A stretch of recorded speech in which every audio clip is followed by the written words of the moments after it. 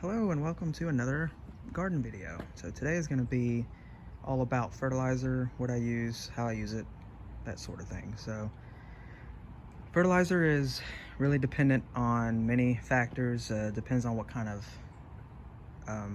plant you're growing, what you're trying to get out of the plant, and what growing cycle, like where it's at in its growing cycle. So what we've got here is we've got some sunflowers, and they're looking pretty great. And so something like that, where you're going, right now they're in their green phase, they're just trying to put on growth, get a little bigger, more leaves, more stem, that sort of thing. You want something more nitrogen, higher in nitrogen.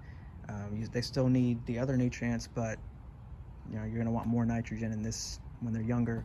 And that's pretty much standard for almost all plants, as far as garden plants that I grow and flowers and all that. The only exception I can think of would be possibly root-based plants like your carrots and onions. They're not going to care about nitrogen as much.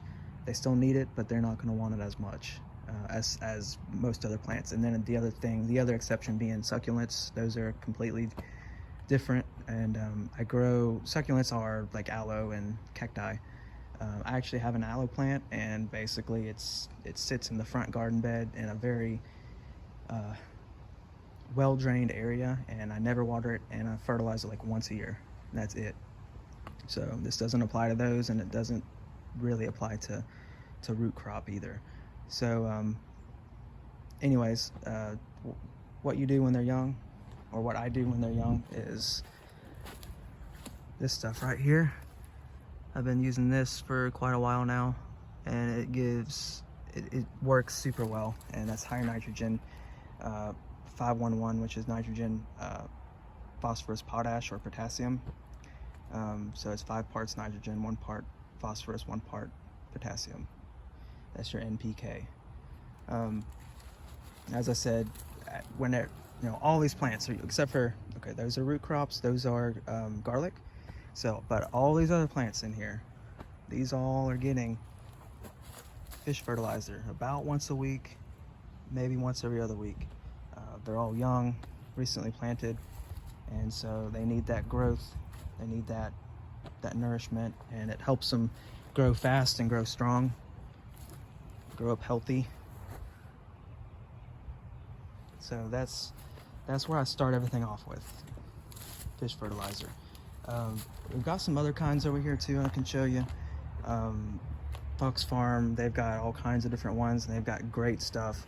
So basically you can see this one right here, Grow Big. It's a 644, and that's basically for when you're in your younger phase, you're wanting a lot more growth, leaves, stems, that sort of thing. And you've got this one, which is more like a multi-purpose. It says 0.5, 0.7, and so that's going to be more for micronutrients. It's got a bunch of micronutrients in it, and it's so if your plant is deficient in something, you can get it some of this, and it should help. And this one's all organic. And speaking of organic, I'm mostly organic, especially when it comes to, I don't use pesticides. So that's definitely a big no-no as far as I'm concerned. But as far as fertilizer goes, I'm mostly organic. Now I do use some chemical-based fertilizers because I just do. They're easier. We get a lot of rain here, so when you've got the slow-release granules, it just helps because when you get so much rain, it washes out the fertilizer constantly. So if you're using this stuff, which is all water soluble, you get a nice hard rain, that's all gone, or most of it's gone. So if you've got the granules, that slow release, that rain will not wash it out as fast. So that's why I use them. And they've, if you're growing in your yard and you're doing, organic pesticides or no pesticides, and you're using chemical fertilizers, it's still going to be far above and beyond, quality-wise and health-wise, what you can get in most stores. So you're already doing way better that way. So I wouldn't get too caught up in going, I gotta go all organic on my fertilizer. I mean, if you really want to, go for it. There's ways to do it. I'm just saying what I do. So that's all there is to it. Moving on to the next one, this Tiger Bloom. So that's one, it's a 284, and that's for, you know, if you got blooms, so flowers, fruit growing, and fruit includes like peppers and tomatoes. You're gonna want a lower nitrogen and higher phosphorus, and then they still need some potassium. So that's gonna help them, encourage them to put out more fruit or more flowers, depending on, you know, the plant. And then we got this liquid kelp, which is another, it's similar to this, to the bigger blooms. Let's see, does it say on here? Yeah, so it does. So that's got a little bit of nitrogen and a lot of potassium. So basically, if you're, and it's got all these micronutrients in there. So this is another one that's really good for if you've got some kind of nutrient deficiency, you may not know what, put some of that on there, and it'll help them, believe me. And this is what I use for my rose bushes. And if you've seen my last video where I, 19-minute garden tour, if you saw the rose bushes over there, you'll see they're putting out a lot of roses, and this is what I use on them, and they love it. I do use a little bit of the fish fertilizer too. They like that, but they love this stuff too. And this is, that's another organic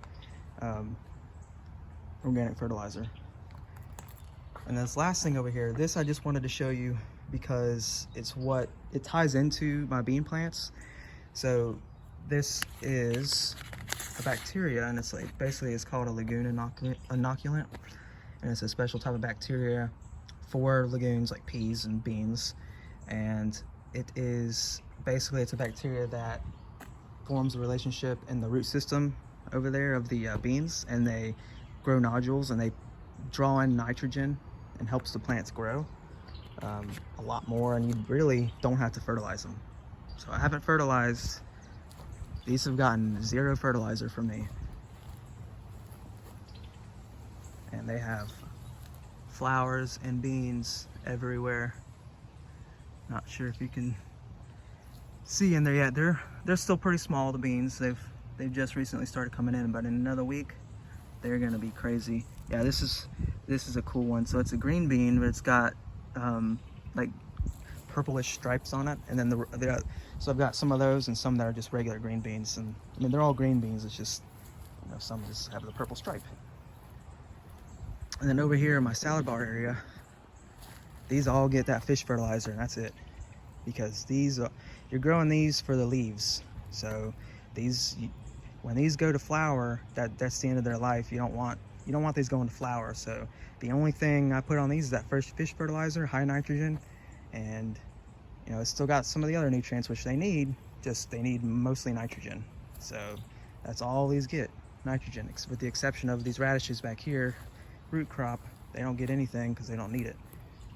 Those don't need it. Radishes grow fast. They don't really need any fertilizer.